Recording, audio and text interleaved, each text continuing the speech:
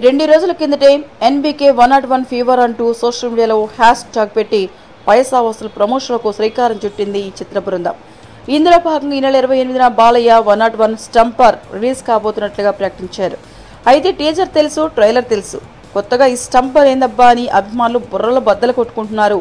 2 రోజులుగా టీజర్కి ఇలా కొత్త పేరు పెట్టారేమో అనుకుంటున్నారు. అయితే ఈ స్టంపర్ అంటే ఏంటో ఇవాళ క్లారిటీ ఇచ్చే ప్రయత్నం చేశారు. స్టంపర్ అంటే టీజరు కాదట, ట్రైలరు కాదట, రెంటికి మధ్యన ఉంటుందట. స్టంపర్ అంటే ఏంటో చెబుతూ ఒక చిన్న వీడియో రిలీజ్ చేసింది పైసా వసూల్ టీం.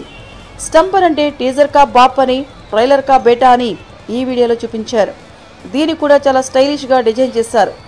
28న ఉదయం 10 గంటల 12 నిమిషాలకు పైసా వసూల్ స్టంపర్ రిలీజ్ కానుంది. ఈ స్టంపర్ చాలా స్టైలిష్గా, ఎనర్జెటిక్గా ఉంటుందని యూనిట్ వర్గాలు చెబుతున్నాయి.